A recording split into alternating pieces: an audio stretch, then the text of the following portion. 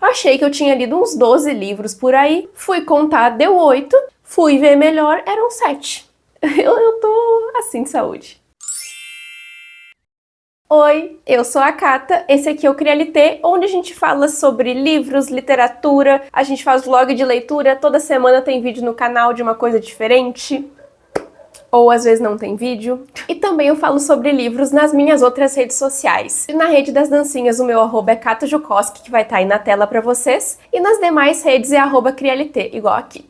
Vamos ao que importa então, porque hoje a gente vai conversar aqui nesse vídeo sobre as leituras de setembro. As 7 leituras de setembro, que no fim eram 7, e eu me perdi no personagem. E olha só uma coisa muito importante, estou microfonada outra vez, estou de microfone, qualidade de áudio para vocês, pessoal. Vencemos! Agora vai durar isso daqui. Bora então começar a falar das leituras, mas antes se inscrevam aí no canal se não se inscreveram ainda, curtam o vídeo, deixem o like de vocês e um comentário me contando o que vocês leram em setembro, julguem aí as minhas leituras, falem se vocês gostaram, se vocês não gostaram, comentem sobre os livros. E agora vamos para a primeira leitura que eu fiz no mês, que foi O Projeto. Peraí, O Projeto. Gente, setembro foi um mês bem complexo, assim, por causa que teve muita coisa. Eu, na primeira semana do mês, viajei pra Bienal, então tem vídeo da Bienal aqui. Eu passei uma semana no Rio, alguns dias eu fui na Bienal, que foram 3 dias, e os outros dias eu fiquei turistando, passeando, fui na praia, tomei um torrão, me queimei real, foi horrível. Passei muito protetor solar, inclusive no pé, que o pé foi a pior parte que eu me queimei. E esse aqui foi um dos livros que eu comprei lá na Bienal, que era uma das minhas metas do ano. Lá no início do ano eu fiz um vídeo de metas, e ele tava lá nessa lista. Na verdade, era metas pra ler antes dos meus 25 anos, então tá tudo certo, foi lido. Assim, gente, esse livro aqui ele fala sobre uma seita. Na verdade, aqui a gente encontra os desdobramentos de uma irmã em busca da outra irmã que foi meio que levada por essa seita, nunca sei como é que é a palavra, mas ela foi convencida, chamaram ela, fizeram toda uma conversação, toda uma lavagem cerebral, vamos dizer assim, uma lavagem cerebral na cabeça dela e ela foi lá pra dentro. A gente vai acompanhar aqui muitas coisas acontecendo com essa irmã enquanto ela tá inserida lá dentro daquele lugar, que ela basicamente não pode sair de lá, é uma coisa bem autoritária, são características de seita também, né, que as pessoas não podem sair, elas quase que não se comunicam com ninguém de fora e elas geralmente são puxadas para esses lugares em momentos de fragilidade, que é o que acontece aqui. No começo do livro a gente acompanha a história das duas irmãs, e a Lo, que é a protagonista, sofre um acidente de carro que acaba matando os pais dela e só ela sobrevive, mas ela fica ali numa situação bem preocupante entre a vida e a morte no hospital. E enquanto isso, a Bea, que é a irmã mais velha, fica ali na volta sem saber o que fazer, esperando realmente um milagre,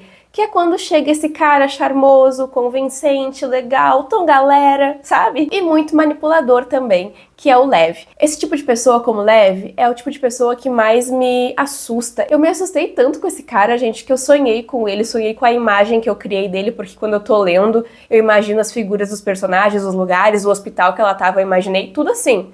Às vezes é meio abstrato, às vezes é mais nítido, e o Lev, pra mim, era muito nítido a cara dele, sabe? A pessoa dele, e ele me deu um medo tão grande que um dia de noite eu sonhei que ele estava falando comigo, assim, eu sonhei com ele conversando comigo, de tão chocada que eu fiquei com esse personagem.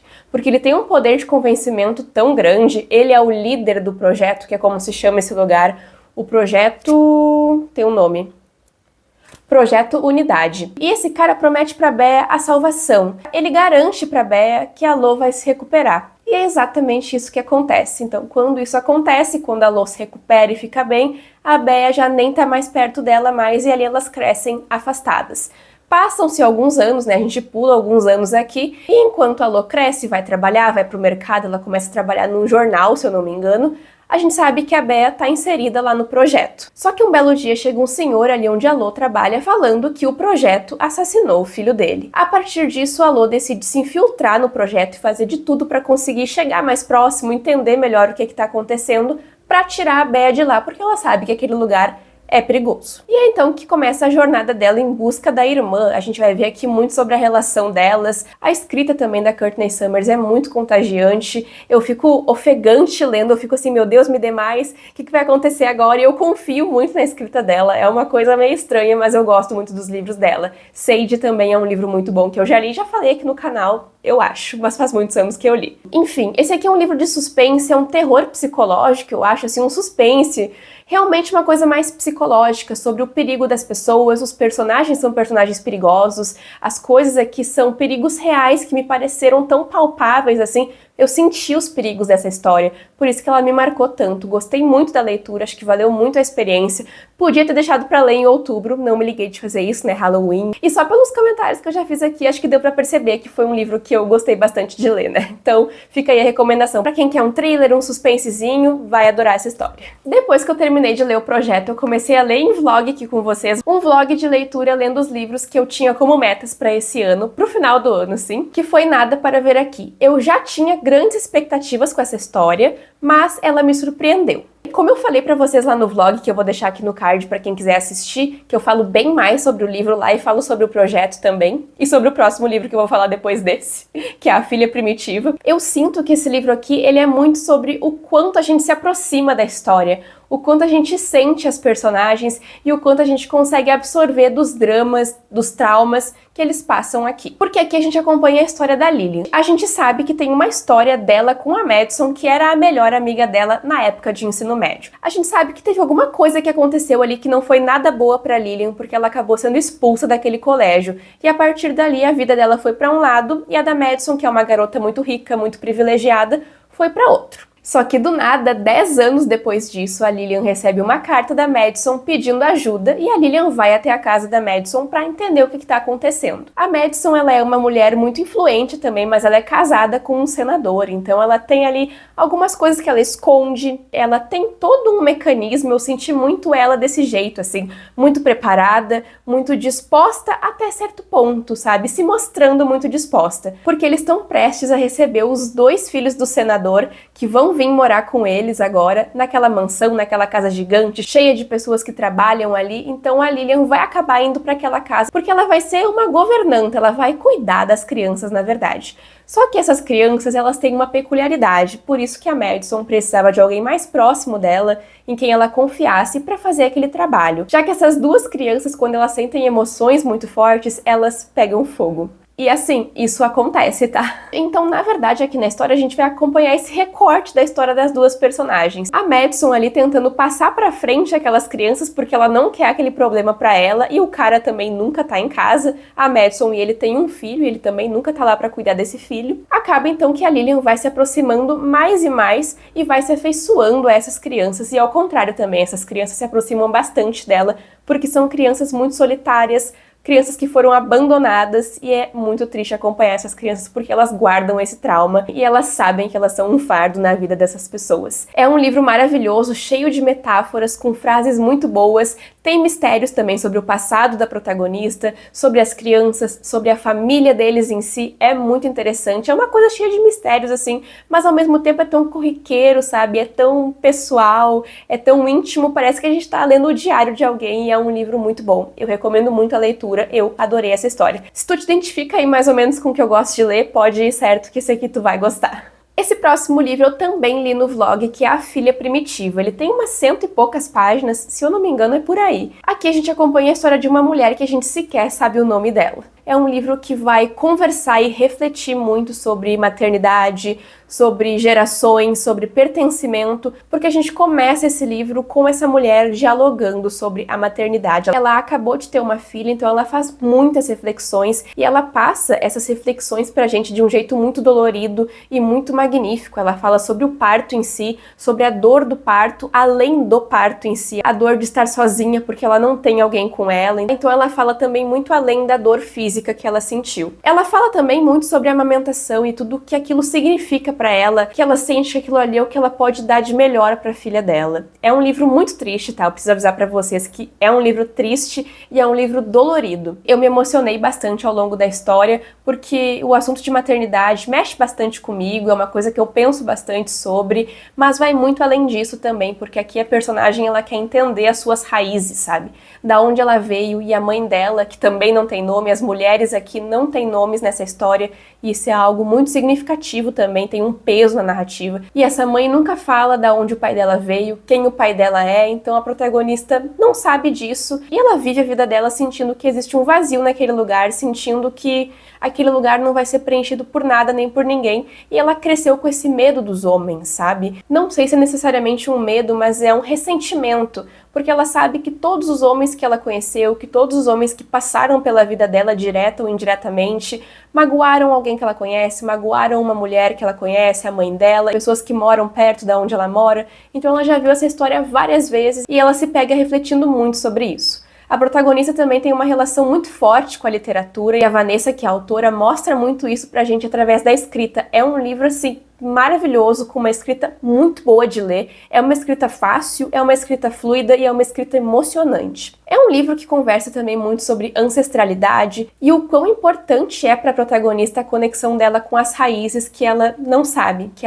que tem, que ela não sabe de onde vem. Eu adorei a história, me emocionei muito, sofri com a personagem, me aproximei bastante dela, da mãe dela e da filha. Gostei muito do livro, o final é muito emocionante. Nossa, o final, assim, gente, meu Deus. Leiam esse livro, mas se preparem, gente. Vocês vão sofrer. Eu achei que com esse próximo livro a gente ia mudar um pouquinho o clima aqui, mas não, gente. É um livro que fala sobre luto, sobre perda, sobre superação, que a Amy demonstra. E é uma HQ, na verdade. Uma HQ muito linda, por sinal, com um traço muito maravilhoso. Eu li Amy demonstra tão rápido, mas tão rápido que deixou saudade. Eu queria mais. Aqui, como dá pra perceber, tem referências a Frankenstein, a história de Frankenstein. Logo no começo da história, a gente já começa a acompanhar a cientista, que é a Frances, tentando trazer a sua irmã Maura de volta, por causa que elas estavam fazendo um experimento ali, acabou rolando um acidente e a Maura morreu. Agora ficou na mão da Frances tentar trazer ela de volta. Só que acontece algo ali, alguma coisa dá errado, e quem volta não é a Maura, e sim uma outra criatura que não sabe quem a Maura é, que não sabe de onde ela veio, que não faz a menor noção de nada.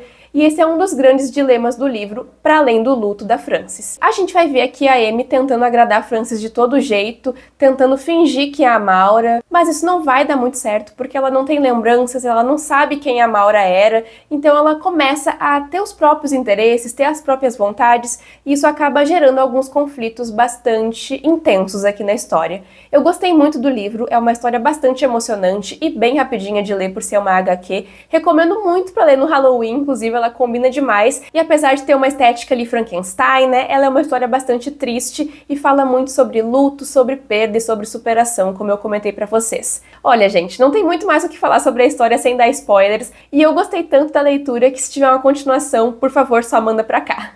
Vamos falar agora dele, que eu demorei muito tempo, mas eu li finalmente O Priorados da Laranjeira, a Rainha. Se não tivesse vlog de leitura, diário de leitura falando sobre esse livro aqui que eu tava lendo, nem eu ia acreditar que eu terminei. Mas eu terminei, gente, fechou nota 10 pra mim, adorei a leitura, gostei muito dos 2 tomos, não vou falar muito sobre aqui, porque eu já falei tanto sobre esse livro que eu até me cansei já também. E vocês também devem ter cansado, né? Mas aqui a gente tem uma alta fantasia, uma fantasia épica, com protagonismo sáfico, é um livro maravilhoso, tem pitadas de romance sim, tá? É um livro bastante envolvente, com protagonismo feminino, as mulheres estão aqui em lugares de poder, em lugares de destaque, em lugares importantes pra movimentar a narrativa. Acho que esse é um ponto muito importante para a história ter me cativado tanto também. Eu acho, gente, que eu considero que esse livro aqui me cativou mais que o primeiro, por causa que o primeiro teve aquela estranheza da entrada, eu não tava conseguindo me inserir muito bem na história, que nem eu mostrei no vlog pra vocês, mas aqui não teve isso, eu já entrei sabendo tudo, gostando de tudo, me senti mais entrosada com a narrativa,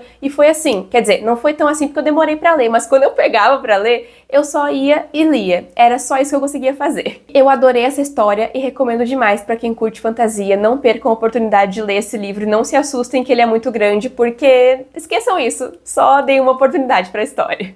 E já tem um monte de vlog, tá? Recomendando esse livro aqui pra vocês no canal. Vai estar em algum lugar, aqui no card ou na descrição. Vamos aqui falar então sobre um livro nacional que eu li também em vlog com vocês. O livro se chama O Cozer das Pedras, O Roer dos Ossos. E esse aqui também é outro livro que mexe com o coração da gente, e ele pega o coração da gente e faz assim, e a gente que se vire pra colocar ele de volta no lugar bonitinho.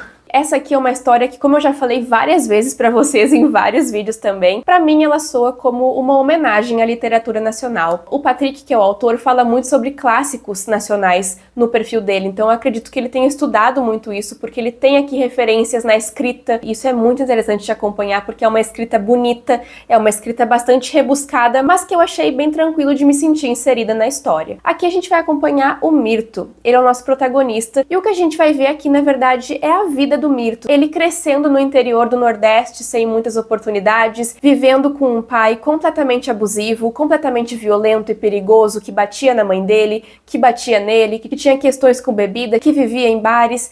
E, gente, a cena do bar, meu Deus, sabe, é uma cena que não me sai da cabeça. Eu achei uma cena com uma construção tão bem feita, um andamento tão assim, parece que ele vai te levando, te levando, te levando e pá! Chegou no final. Tu até pode saber o que vai acontecer, isso não faz diferença, mas ela é construída de um jeito que eu fiquei assim, meu Deus, parecia que tinha um ritmo. É uma coisa impressionante, aquela cena me impactou de um jeito que eu não consigo parar de pensar nela até hoje. E o final, meu Deus, gente, o final desse livro eu não tenho palavras para descrever. O título, lá no final, ele faz assim, sabe, cabeças explodiram. O livro ele tem um andamento até mais ou menos a metade, porque ele é dividido em partes, e existe um momento ali, uma quebra, que é quando acontece uma situação entre o Mirto e o pai dele, esse cara que é bem violento, e o Mirto vai embora e nunca mais vê a mãe. E, gente, eu vou até chorar de novo, eu chorei no final desse livro, porque, assim, eu me emocionei muito, eu sofri muito com a história do Mirto, porque ele é um menino que não teve muitas oportunidades, que não conhecia o mundo, e a gente vê ele desbravando as coisas, começando a entender, indo embora daquele lugar, e quando ele volta, não posso falar nada, mas assim, sabe? É um livro triste, é um livro sofrido, e essa história aqui dói mais ainda porque ela pode ser o recorte de histórias de muitas famílias brasileiras. Então sim, esse aqui é um livro bastante pesado, tem cenas bem pesadas, mas que valeu super a pena a leitura. Pena que eu não encontrei o Patrick lá na Bienal, porque eu queria um autógrafo dele, mas na próxima vez eu encontro ele e pego, porque esse livro aqui eu vou guardar ele com muito carinho aqui na minha estante, porque eu adorei essa história e sofri tanto, me emocionei, meu Deus, foi maravilhoso. E para fechar aqui as minhas leituras, a gente vai conversar agora sobre o último livro que eu li, que é O Chamado de Ifá, do Cami Cerdeira. Esse livro, assim, gente, é um conto, ele tem 19 páginas, então eu vou contar a minha experiência, vou contar o que eu achei do livro, vou contar a sinopse e não vou contar mais nada para não entregar nada para vocês. Nesse livro aqui, o Cami revisita o universo de A Noite Cai, que é um livro que eu li aqui no canal há muitos anos, eu acho que foi 2020, 2019. É um livro de fantasia urbana que eu recomendo muito para vocês também. Aqui a gente vai conhecer o Juan. Ele é o nosso protagonista e ele vem de uma linhagem de bruxos Yorubá. Essa aqui é, na verdade, uma história sobre a autodescoberta do protagonista. A gente começa o livro vendo que o Juan tá tendo alguns sonhos bastante misteriosos, algumas coisas meio estranhas estão acontecendo ali naqueles sonhos, que fica meio complicado de interpretar. Mas, ao que tudo indica, esses sonhos e algumas outras coisas que vão acontecer estão encaminhando ele para o chamado do seu orixá protetor. Uma coisa muito importante que eu queria falar aqui para você sobre o conto é que eu acho que o Cami ele tem uma sensibilidade muito grande ao falar sobre as coisas no geral, mas não só isso, eu acho que ele escreve de um jeito que fica acessível para entendimento. Eu, por exemplo, sou uma pessoa que não tenho quase nenhum conhecimento em religiões de matriz africana, mas o Cami aqui, ele escreve de uma forma que eu consigo entender, de um jeito que eu, mesmo estando tão distante, consegui interpretar. Isso é um feito maravilhoso por causa que ele insere e leva a gente para dentro das histórias. Isso aconteceu comigo também em A Noite Cai, que é um universo maravilhoso, tem lobisomens também, e eu adorei as duas histórias, cada uma com o seu propósito. Por favor, Cami, escreva mais livros desse universo, porque a gente quer mais, e eu mal posso esperar. Essas aí, então, foram as leituras de setembro, pessoal. Comentem aí embaixo o que vocês acharam e o que vocês leram em setembro. E é isso aí, então. Muito obrigada por terem assistido o vídeo. Se inscrevam no canal, curtam, comentem e me acompanhem nas outras redes sociais do Crialité também. Eu espero que outubro aí venha com muitas leituras pra nós e a gente se vê no próximo vídeo do Crialité. Tchau, tchau!